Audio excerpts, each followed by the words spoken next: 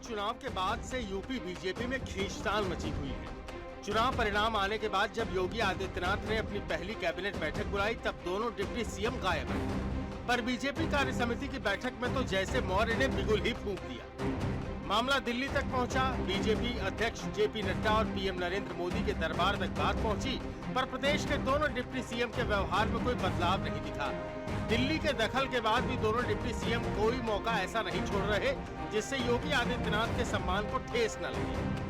उप मुख्यमंत्री केशव प्रसाद मौर्य के सरकार से बड़ा संगठन वाले बयान के बाद से राजनीतिक गलियारों में चर्चा है कि सूबे के मुख्यमंत्री योगी और उप मुख्यमंत्री के बीच सब कुछ ठीक नहीं चल रहा। वहीं बैठकों में उप मुख्यमंत्रियों की गैर मौजूदगी चर्चा का विषय बनी। इसी बीच सीएम योगी से लेकर दोनों उप मुख्यमंत्री दिल्ली दौरे पर हैं।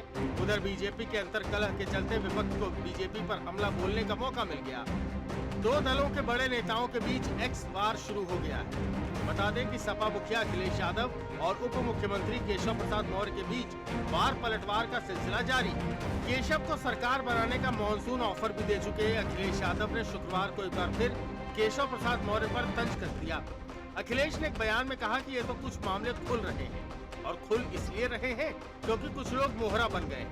केशव का बिना नाम लिए कहा वो मोहरा है, दिल्ली के वाईफाई के पासवर्ड हैं।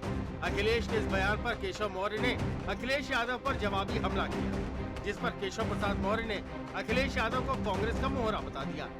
उप मुख्यमंत्री केशव प्रसाद मौर्य ने एक्स पर पोस्ट के जरिए बताया कि कांग्रेस के मोहरा सपा मुखिया अखिलेश यादव 2027 में पराजय सुनिश्चित देखकर अनाप शनाप बयानबाजी कर रहे हैं। जनता से झूठ बोलकर 2024 में मिली सफलता से वो गुब्बारे की तरफ फूल गए।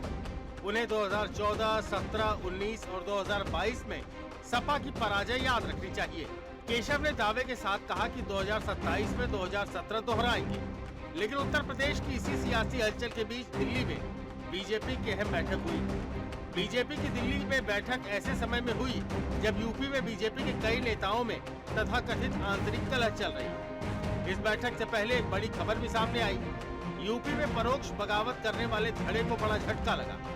सूत्रों की माने तो यूपी के उप मुख्यमंत्रियों के व्यवहार से हाईकमान नाखुश है। सीएम योगी की बैठकों में उप मुख्यमंत्रियों के शामिल नहीं होने से हाईकमान नाराज बताया जा रहा है। इन बैठकों में गैर हाजिरी को हाईकमान अनुशासनहीनता मान रहा है।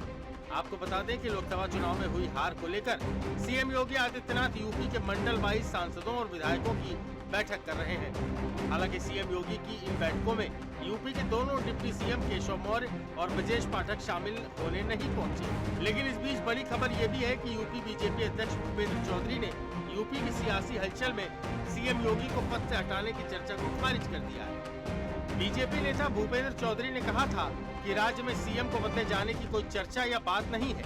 लोकसभा चुनाव में अपेक्षित परिणाम नहीं आए, लेकिन अब हम पूरी तैयारी के साथ विधानसभा उपचुनाव लड़ने जा रहे हैं।